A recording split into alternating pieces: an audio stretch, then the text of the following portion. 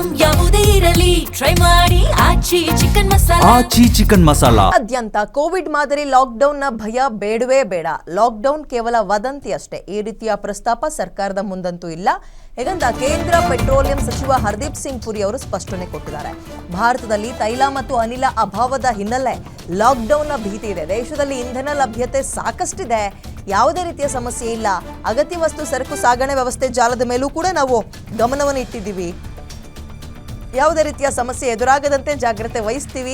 ಹೀಗಂತ ಕೇಂದ್ರ ಸಚಿವ ಹರ್ದೀಪ್ ಸಿಂಗ್ ಪುರಿ ಅವರಿಂದ ಸಮಗ್ರ ಮಾಹಿತಿಯನ್ನ ಹೊರ ಬಂದಿದೆ. ಇದೇ ವಿಚಾರವಾಗಿ ಇವತ್ತು ಸಂಜೆ ಸಿಎಂಗಳ ಜೊತೆಗೂ ಪಿಎಂ ಮಾತುಕತೆ ನಡೆಸ್ತಾರೆ. ಎಲ್ಲ ರಾಜ್ಯದ ಸಿಎಂ ಜೊತೆಗೆ ಭವಿಷ್ಯದ ಇಂಧನದ ಭದ್ರತೆ ಕುರಿತಾಗೂ ಕೂಡ ಸಮಗ್ರ ಅವಲೋಕನದ ಸಾಧ್ಯತೆ ಇದೆ. ಒಂದು ಕಡೆ ಯುದ್ಧ ನಡೀತಾ ಇದೆ, ಮಗದೊಂದು ಕಡೆ ಈ ಯುದ್ಧ ಬಿಕ್ಕಟ್ಟಿನ ನಡುವೆ ಸಿಎಂಗಳ ಜೊತೆಗೆ ಇವತ್ತು ಮೋದಿ ಅವರು ಸಭೆಯನ್ನು ನಡೆಸ್ತಾ ಇದ್ದಾರೆ.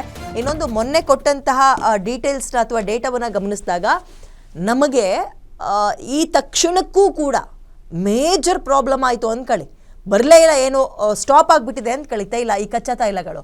ಈ ತಕ್ಷಣಕ್ಕೂ 2-2.5 ತಿಂಗಳು ಭರಿಸುವ ಕೆಪಾಸಿಟಿ ನಮ್ಮಲ್ಲಿ ಇದೆ, ಶೇಖರಣೆ ನಮ್ಮಲ್ಲಿದೆ ಅನ್ನುವಂತಹ ಮಾಹಿತಿಯನ್ನು ಕೊಟ್ಟಿದ್ದಾರೆ. ಅದರ ನಡುವೆಯೂ ಕೂಡ ರಾಜ್ಯದ ಹಲವು ಕಡೆ ಆ್ಯಂಡ್ ದೇಶದ ಹಲವು ಕಡೆ ಕೃತಕ ಅಭಾವಗಳು ಸೃಷ್ಟಿ ಆಗ್ತಾ ಇದೆ.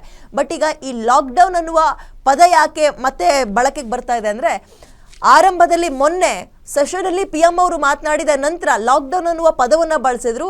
ಅದಕ್ಕೆ ಬೇರೆ ಬೇರೆ ರೀತಿಯ ವಿಶ್ಲೇಷಣೆಗಳು ಈಗ ಹೊರ ಹೊಮ್ತಾ ಇದೆ. ಅದಕ್ಕೆ ಸಂಬಂಧಪಟ್ಟಂತೆ ಮಿನಿಸ್ಟರ್ ಸ್ಪಷ್ಟನೆ ಕೊಟ್ಟಿದ್ದಾರೆ.